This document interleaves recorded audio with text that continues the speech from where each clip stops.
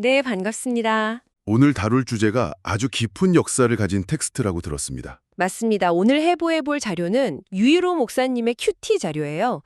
그러니까 매일의 묵상을 돕기 위해 작성된 요한복음 15장 1절에서 17절 관련 자료고요. 아, 요한복음이군요.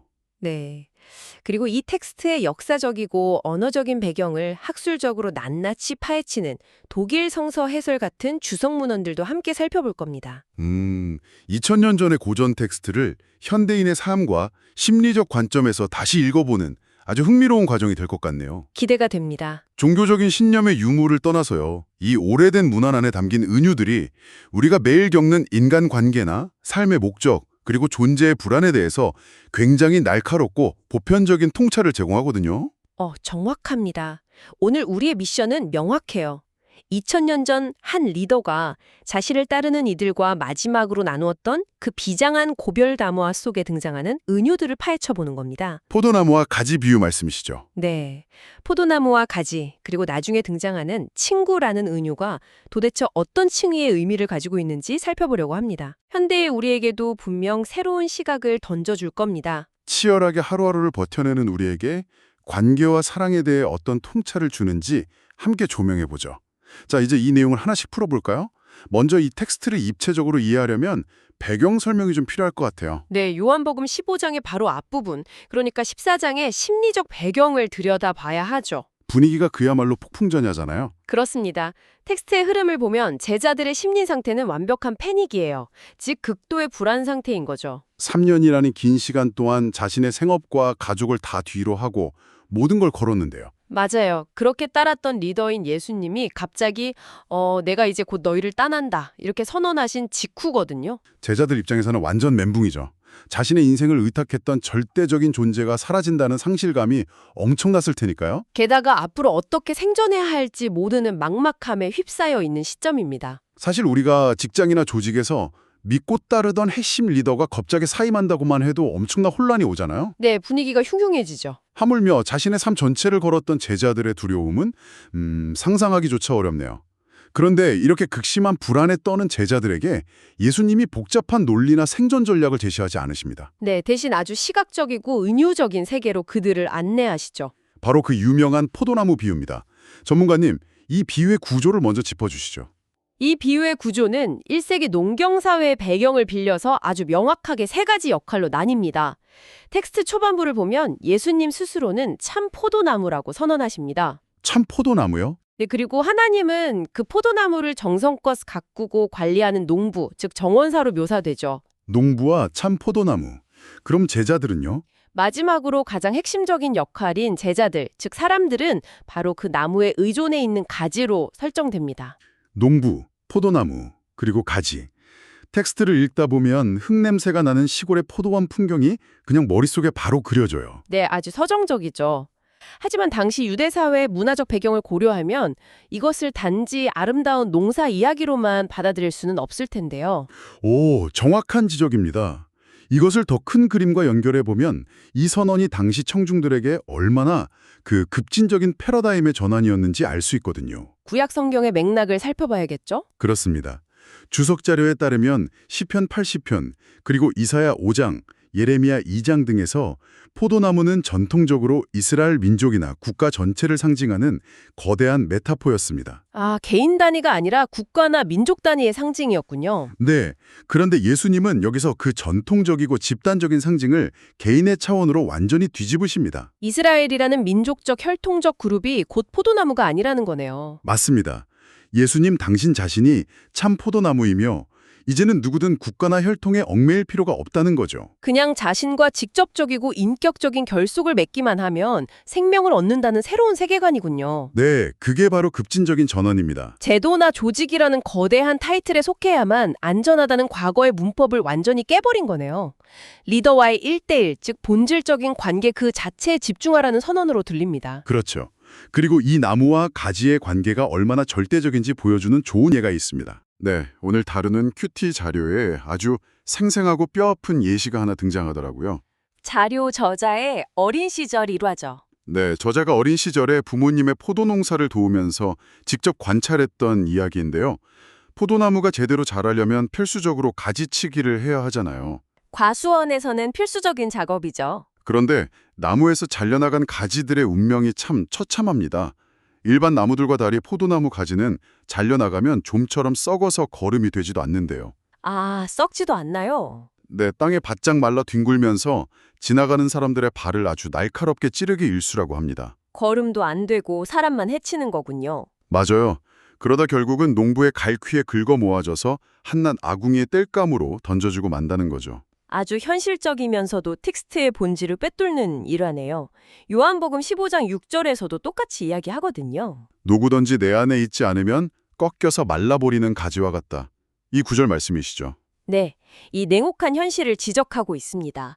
포도나무 가지는 두께도 얇고 스스로 수분을 저장할 능력이 없어요. 아, 자체 탱크가 없군요. 그렇죠. 그러니까 가지 자체로는 그 어떤 생명 유지 장치도 없다는 생물학적 사실을 영적인 원리에 빗댄 것입니다. 결국 물고기가 물을 떠나서 살 수 없듯이 가지는 자신의 의지나 노력과는 무관하게 무조건 나무에 단단히 붙어 있어야 하는 거네요. 네, 진액을 공급받아야만 생존할 수 있는 겁니다. 혼자서 아무리 길을 써봐야 근원에서 끊어진 가지는 바짝 메말라 누군가를 찌르는 가시가 될 뿐이라는 자연의 법칙이 오히려 불안해하는 제자들에게는 묘한 안도감을 주었을 것 같아요. 아무것도 안 해도 그저 붙어있기만 하면 사니까요. 그런데 여기서 우리가 주목해야 할 또 하나의 역설이 등장합니다. 역설이요? 바로 다듬어짐의 역설입니다. 본문 2절을 자세히 분석해보면요.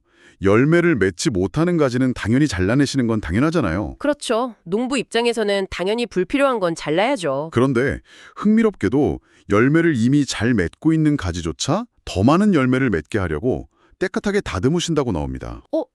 잠깐만요.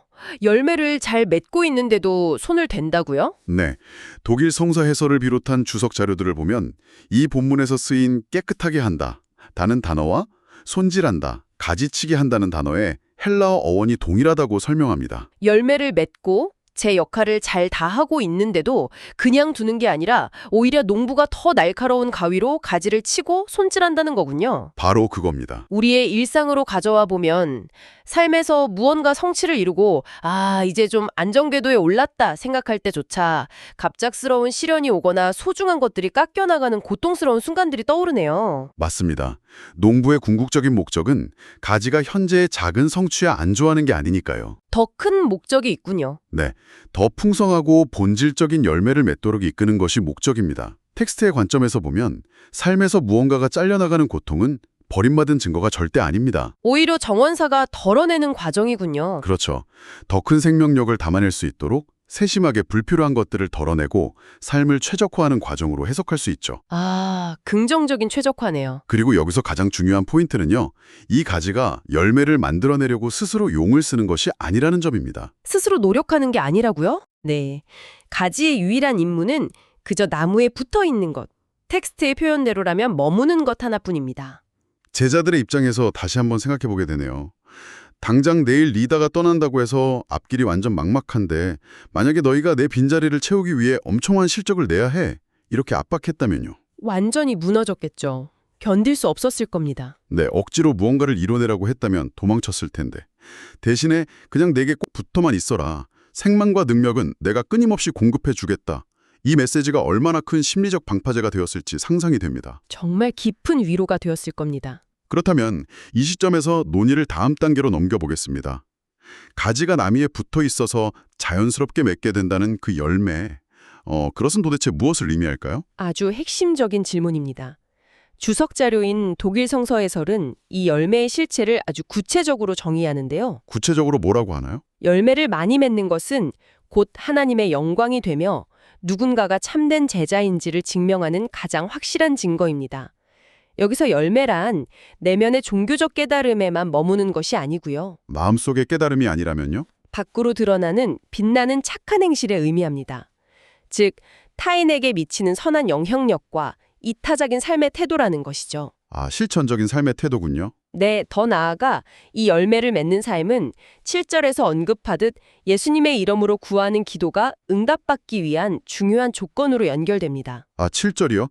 너희가 내 안에 거하고 내 말이 너희 안에 거하면 무엇이든지 원하는 대로 구하라. 그리하면 이루어질 것이다. 이렇게 명시되어 있죠. 네, 맞습니다. 이게 단순히 원하는 걸 얻어내는 어떤 마법의 주문이 아니네요. 절대 아니죠. 나무와 가지가 완벽하게 결속되어서 주파수가 일치할 때 자연스럽게 이루어지는 뜻의 성취를 말하는 거군요. 정확합니다. 그리고 여기서 또 하나 매력적인 부분은 이 결속과 복종의 요구가 일방적이고 차가운 지시가 아니라는 점이에요. 그럼 어떤 방식인가요? 거대한 사랑의 연쇄고리, 즉 체인 오브 러브 속에서 작동한다는 점입니다. 본문의 9절부터 11절을 심층적으로 분석해보면 아주 아름답고 역동적인 에너지의 흐름이 포착되거든요. 사랑의 연쇄고리요? 시작점이 어딘가요? 그 시작점은 하나님이 예수님을 사랑하시는 것입니다. 그리고 그와 완벽하게 똑같은 질량의 사랑으로 예수님이 제자들을 사랑하십니다. 아, 그대로 흘러가는군요. 그렇다면 그 압도적인 사랑을 공급받은 제자들은 어떻게 반응해야 할까요? 이 흐름은 최종적으로 제자들이 서로 사랑하는 것으로 이어집니다. 위에서 아래로 수직적으로 내려온 사랑이 다시 인간들 사이에서 수평적으로 쫙 퍼져나가는 거대한 사랑의 생태계가 만들어지는 것이죠. 네, 아주 완벽한 순환 구조입니다. 위에서부터 흘러내려와 우리 사이를 적시는 완벽한 그림이네요. 그런데 본문 10절을 유심히 보면요. 현대인들의 관점에서는 약간 브레이크가 걸리는 표현이 나와요. 어떤 부분이죠? 내 계명을 지키면 내 사랑 안에 있을 것이다. 이 구절인데요. 사실 자율성을 엄청 중시하는 현대사회에서 계명이나 명령을 지키라는 단어는 굉장히 강압적인 규율처럼 들리기 쉽지 않습니까? 그렇죠. 무거운 율법처럼 느껴질 수 있죠. 사랑을 아름답게 이야기하다가 갑자기 딱딱한 통제 시스템으로 넘어가는 듯한 느낌을 지울 수가 없거든요. 현대의 독자라면 누구나 가질 수 있는 합리적인 의문입니다. 하지만 이 텍스트가 가진 진정한 반전은 바로 그 다음 구절인 11절에 숨어 있습니다. 11절에 답이 있나요? 네, 예수님이 이른바 계명을 지키라고 요구하신 궁극적인 목적이 명확히 제시되거든요. 텍스트를 보면 내가 이것을 너희에게 말하는 것은 내 기쁨이 너희 안에 있게 하고 또 너희의 기쁨이 넘치게 하려는 것이다 라고 기록되어 있습니다. 기쁨이요? 통제가 아니라요? 네, 즉 이 계명은 인간을 억압하고 통제하기 위한 족쇄가 아닙니다. 오히려 생명의 근원과 연결된 상태를 유지함으로써 존재의 가장 완벽한 상태인 기쁨을 누리게 하려는 보호 장치라는 것. 아, 이게 바로 독일 성서 해설의 핵심적인 분석입니다. 계명의 최종 목적이 통제가 아니라 충만한 기쁨이라니 텍스트의 의도가 완전히 다르게 다가오네요. 관점이 확 바뀌죠. 마치 아이들이 놀이터에서 마음껏 뛰어놀 수 있도록 다치지 않게 주변에 튼튼한 울타리를 쳐주는 것과 같군요.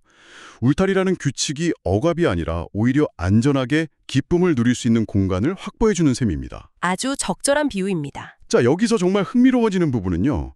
오늘 텍스트의 절정이라고 할 수 있는 15절로 넘어가 보겠습니다. 15절 중요하죠. 여기서 인류 역사상 유례를 찾기 힘든 놀라운 신분 상승의 패러다임이 등장하거든요. 예수님이 불안에 떠는 제자들을 향해 아주 파격적인 선언을 하십니다. 이제 내가 너희를 더 이상 종이라고 부르지 않겠다. 너희는 나의 친구다. 이 대목은 1세기의 철저한 계급사회적 배경을 염두에 두고 읽어야 그 혁명적인 의미를 제대로 파악할 수 있습니다. 당시에는 계급이 명확했으니까요. 고대 사회에서 주인이 종을 어떻게 대했는지를 분석해 보면요. 종은 그저 명령을 수행하는 살아있는 도구에 불과했습니다. 인격적인 대우를 받지 못했죠. 네. 주인이 어떤 일을 지시할 때 왜 그 일을 해야 하는지 주인의 원대한 계획이나 속마음이 무엇인지 종에게 설명할 의무는 전혀 없었어요.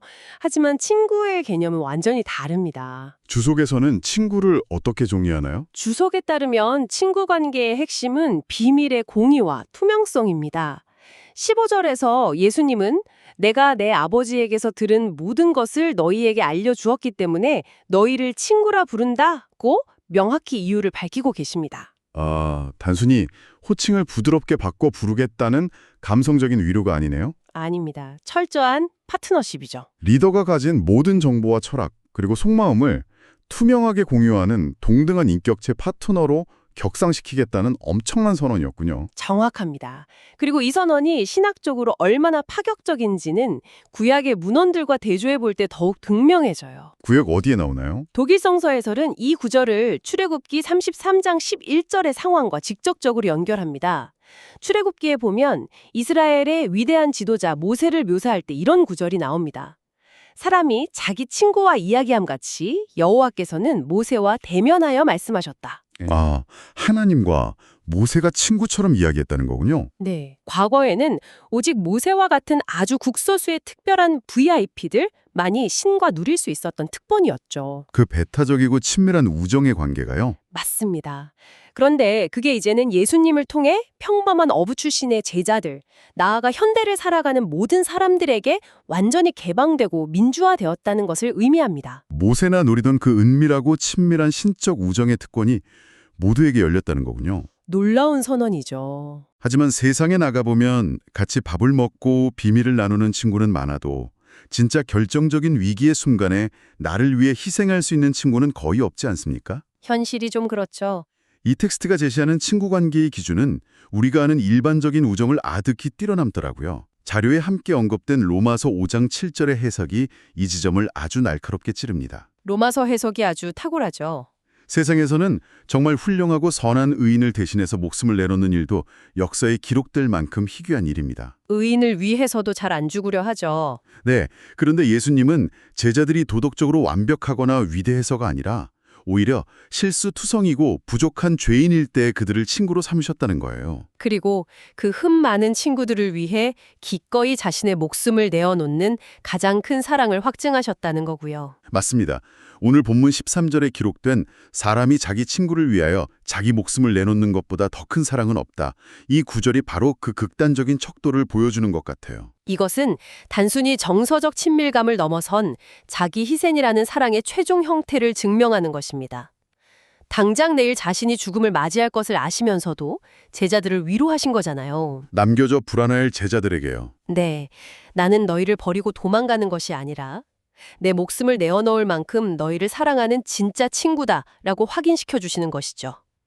이 희생의 크기가 제자들의 모든 불안을 잠재우는 가장 강력한 근거가 됩니다. 리더의 부재 앞에서 무너져 내리던 제자들에게 이보다 더 확실한 존재의 이유가 있었을까 싶습니다. 게다가 이 완벽한 우정을 시작하신 분도 우리가 아니라고 텍스트는 명시하고 있습니다. 네, 16절이죠. 너희가 나를 택한 것이 아니라 내가 너희를 택하여 세웠다. 이렇게 하셨죠? 인간의 감정이나 의지는 수시로 변하고 흔들리잖아요.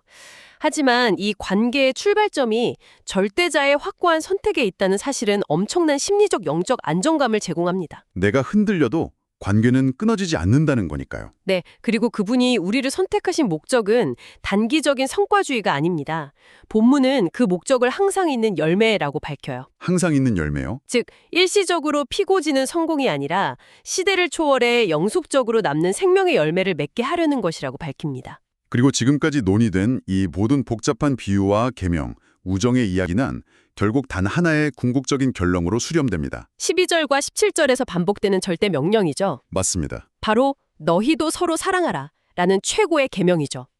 창포도나무이신 그분이 자신의 생명을 깎아 가지들에게 진액을 공급해 주셨으니 그 진정한 사랑의 맛을 본 가지들 역시 옆에 있는 다른 가지들을 향해 그 사랑을 흘려보내는 것. 그것이 나무에 제대로 붙어있다는 유일한 증거라는 의미인 겁니다. 자, 이제 오늘 우리가 나눈 깊은 논의를 전체적으로 아우르며 정리해볼 시간입니다. 벌써 그렇게 됐네요. 오늘 우리는 요한복음 15장이라는 고대 텍스트를 통해 존재의 불안과 관계의 본질에 대한 놀라운 통찰을 나누었습니다. 죽음을 앞둔 리더가 극도의 두려움에 빠진 제자들에게 남긴 포도나무의 비유는 결코 살아남으려면 당장 나가서 뭐라도 실적을 내고 증명해라 라는 식의 가혹한 책찍질이 아니었습니다. 성과주의가 아니었죠. 네, 그저 내 사랑의 나무에 안심하고 꼭 붙어있으라 는 따뜻한 초청이었죠. 나아가 우리는 그저 주인의 명령을 영문도 모른 채 수행해야 하는 소모적인 종이 아니라는 것도요. 주인의 깊은 뜻을 공유받았으니까요. 네, 심지어 우리를 위해 목숨까지 내어준 그분의 친구라는 영광스러운 자리로 격상되었다는 사실을 텍스트를 통해 확인했습니다. 이 대목에서 오늘을 살아가는 우리 모두에게 중요한 질문을 던지게 되네요. 어떤 질문일까요? 현대를 관통하는 시대정신은 자립과 성취입니다. 우리는 끊임없이 나 스스로 무언가를 증명해내야만 가치 있는 존재가 된다는 압박 속에 살아가잖아요. 숨이 막힐 때가 많죠. 혹시 우리는 생명을 공급받아야 할 본연의 포도나무에서 스스로를 단절시킨 채 자신이 독립적인 나무인 양 홀로 고군분투하며 속으로 메말라다고 있는 것은 아닐까요?